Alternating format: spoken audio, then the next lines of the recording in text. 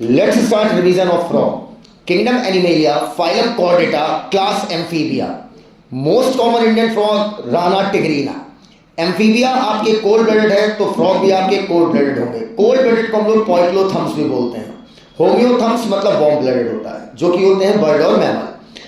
Frog जो है camouflage या मिमिक्री दिखाते हैं ताकि ग्रास या ड्राई लैंड में अपने प्रेडेटर से वो छिप सके। फ्रॉग आपके पीक समर या पीक विंटर में इसलिए नहीं दिखते क्योंकि ये कोल्ड ब्लडेड है। इस पीक समर या पीक विंटर में फ्रॉग जो है वो डीप बर्रों में रहते हैं।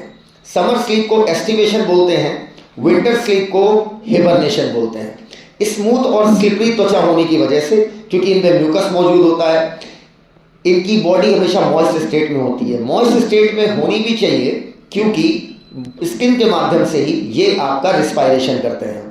डॉर्सल साइड ऑलिव ग्रीन होती है, डार्क इरेगुलर स्पॉट पाए जाते हैं। इरेगुलर ध्यान रखना, डार्क स्पॉट है।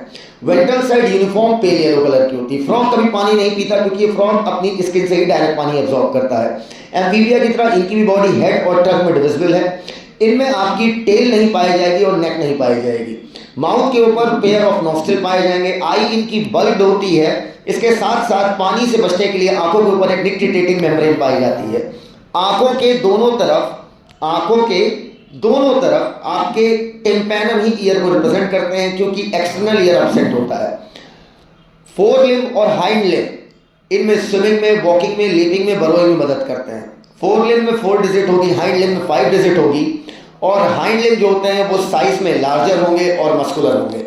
वेब्ड फीट पानी में तैरने में मदद करते हैं। मेल के पास वोकल सैक होगा, फीमेल के पास एब्सेंट होगा। मेल की आपकी फर्स्ट डिजिट में आपके कॉपलेटरी पैड पाए जाएंगे। फोर लिम्ब की ध्यान रखना, जो फीमेल में एब्सेंट होगा। इस वजह से हम कह सकते हैं फ्रॉग में सेक्सुअल डायमॉर्फिज्म होगा।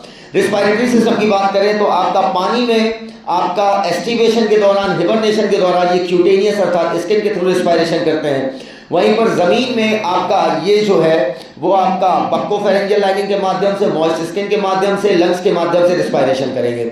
Lungs elongated pin sac like structure है जो कि अपर ट्रंक में पाया जाएगा और इनके हेड भी अपर ट्रंक में पाए जाएंगे। सर्कुलेटरी सिस्टम हम लोग की तरह लिम्फेटिक और सर्कुलेटरी में मौजूद है। लिम्फेटिक में लिम्फ होगा, लिम्फ वेसल्स होंगे और लिम्फ नोड होगा। लिम्फ नोड कुछ नहीं, लिम्फोसाइट के लड्डू को बोलते हैं। हार्ट की बात करें, हार्ट इनका मस्कुलर होता है। एम्फीबिया का 3 चैम्बर हार्ट, तो इनका भी 3 चैम्बर, 2 एट्रिया, 1 वेंट्रिकल, मतलब इंटरवेंट्रिकुलर सेप्टा एब्सेंट होगा। साइनस वेनोसस जो कि आपका ट्रायंगुलर शेप का होता है वो राइट एट्रियम में जाकर खुलता है। वहीं पर कोनस आर्टेरियोसिस या ट्रंकस आर्टेरियोसिस जो कि वेंट्रल साइड होता है वो वेंट्रिकल से निकलता है और एक सैक लाइक स्ट्रक्चर होता है। ब्लड ह्यूमन की तरह ही प्लाज्मा फाउंड एलिमेंट से बनता है। फाउंड एलिमेंट में 3 चीजें, RBC, WBC, platelet. Hepatic portal system liver और इंटेस्टाइन के बीच होता है। रीनल पोर्टल सिस्टम किडनी और लोअर पार्ट ऑफ बॉडी के बीच होता है। ह्यूमन की आरबीसी नॉन न्यूक्लिएटेड होगी, फ्रॉग की आरबीसी न्यूक्लिएटेड और आपका कॉकरोच में आरबीसी एब्सेंट होगी। रेड कलर का पिगमेंट हीमोग्लोबिन पाया जाएगा।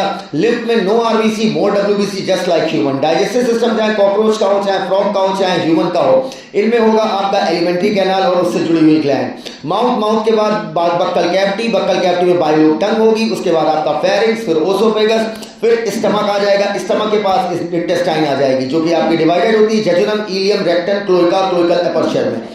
इनके पास पैंक्रियाज होगा तो सीधी बात है, पैंक्रियाज से जो डक्ट निकलती है पैंक्रियाटिक डक्ट, आगे जाकर यही कहलाती है हिपैटोपैंक्रियाटिक डक्ट, क्योंकि सिस्टिक डक्ट गॉल ब्लैडर से आती है जो कि पैंक्रियाटिक डक्ट के साथ मिलकर हिपैटोपैंक्रियाटिक डक्ट बनाएगी। हिपैटोपैंक्रियाटिक डक्ट आपकी इनकी जाकर इंटेस्टाइन में ओपन हो जाएगी। डक्ट ऑफ गॉल ब्लैडर को हम सिस्टिक डक्ट बोलते हैं। स्टमक में मौजूद फूड को हम काइम बोलते हैं। स्टमक में HCl प्लस डाइजेस्टिव एंजाइम निकलेंगे। ओसोफेगस एक शॉर्ट ट्यूब है। लिवर बाइल बनाता है, गॉल ब्लैडर स्टोर करता है। बाइल जो है फैट को एमल्सिफाई करने में मदद करता है। इसके बाद अगर हम बात करें इनके रिप्रोडक्टिव सिस्टम में तो याद रखिएगा मेल में यूरिन, ह्यूमन की तरह ही यूरिन और गैमेट दोनों एक ही पाइप से निकलता है। इस वजह से वहां पर हम यूरोजेनिकल डक्ट कहते हैं, लेकिन फीमेल में दोनों के लिए अलग अलग पाइप है। मेल में जो आपका इनका टेस्टिस होता है वो डबल वॉल्ड पेरिटोनियम से ढका होता है जिसे हम मेसोर्चियम बोलते हैं। टेस्टिस इनका ओवाइड होता है, येलो कलर का होता है। टेस्टिस के ऊपर फैट बॉडी होती है। अब टेस्टिस जो होता है जो कि ओवाइड शेप का, उसके अंदर सेमिफरस ट्यूब्यूल है जिससे 10 से 12 वासा इफ्रेंशिया निकलती है। वासा इफ्रेंशिया किडनी में जाकर बिडर कैनाल कहलाती है। आगे जाकर किडनी के बाहर यूरोजेनिकल डक्ट कहलाती है। उसके बाद क्लोइका आपका स्मॉल मीडियम चैम्बर है जिससे फीकल मैटर भी निकलेगा, यूरिन भी निकलेगा और इसके साथ साथ गैमेट भी निकलेगा। टेस्टिस याद रखिएगा पेयर्ड होते हैं और येलो कलर के होते हैं। किडनी के ऊपर टेस्टिस के ऊपर फैट बॉडी। वहीं पर फीमेल रिप्रोडक्टिव सिस्टम में कुछ नहीं बेटा, ओवरी होती है, ओवरी से राइट ओविडक्ट लेफ्ट ओविडक्ट सीधे जाकर क्लोएका, क्लोएका लेपर्चर से मामला बाहर। 2500 से 300 अंडे एक बार में निकलती हैं।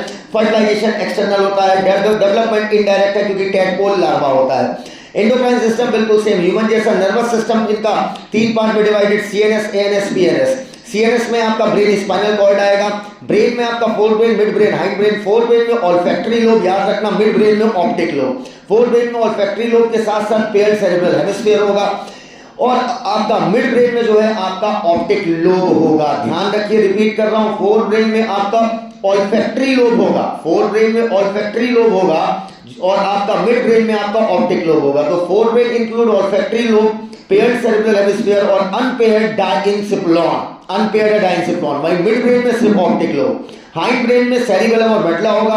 मेडला आगे जाकर स्पाइनल कॉर्ड बन जाती है और जिस छेद से निकलती है स्कल के उसे बोलते हैं फोरामेन मैग्नम। एक्सक्रीटरी सिस्टम में किडनी होगा, कॉम्पैक्ट डार्क कलर का रेड बीन शेप स्ट्रक्चर होगा, पीछे साइड पाई जाएगी तो पोस्टीरियर है on both side of vertebral column. Kidney से आपका यूरेटर निकलेगा, दोनों किडनी से अर्थात 2 यूरेटर हो गए जो कि आपके थिन वॉल्ड यूरिनरी ब्लैडर में जाकर खुलेगा। यूरिनरी ब्लैडर आगे जाकर क्लोएका, क्लोएका जो कि बीचों बीच पाया गया था, आगे क्लोएका लेपर्चर। तो सीक्वेंस हुआ यूरिन का, किडनी, किडनी से यूरेटर, यूरेटर से यूरिनरी ब्लैडर, यूरिनरी ब्लैडर से क्लोएका, क्लोएका लेपर्चर से यूरिन बाहर। मेल में इसी यूरेटर को यूरोजेनिटल डक्ट बोलते हैं क्योंकि यही आपकी गैमेट भी ले जाएगी, यही आपका यूरिन भी ले जाएगी।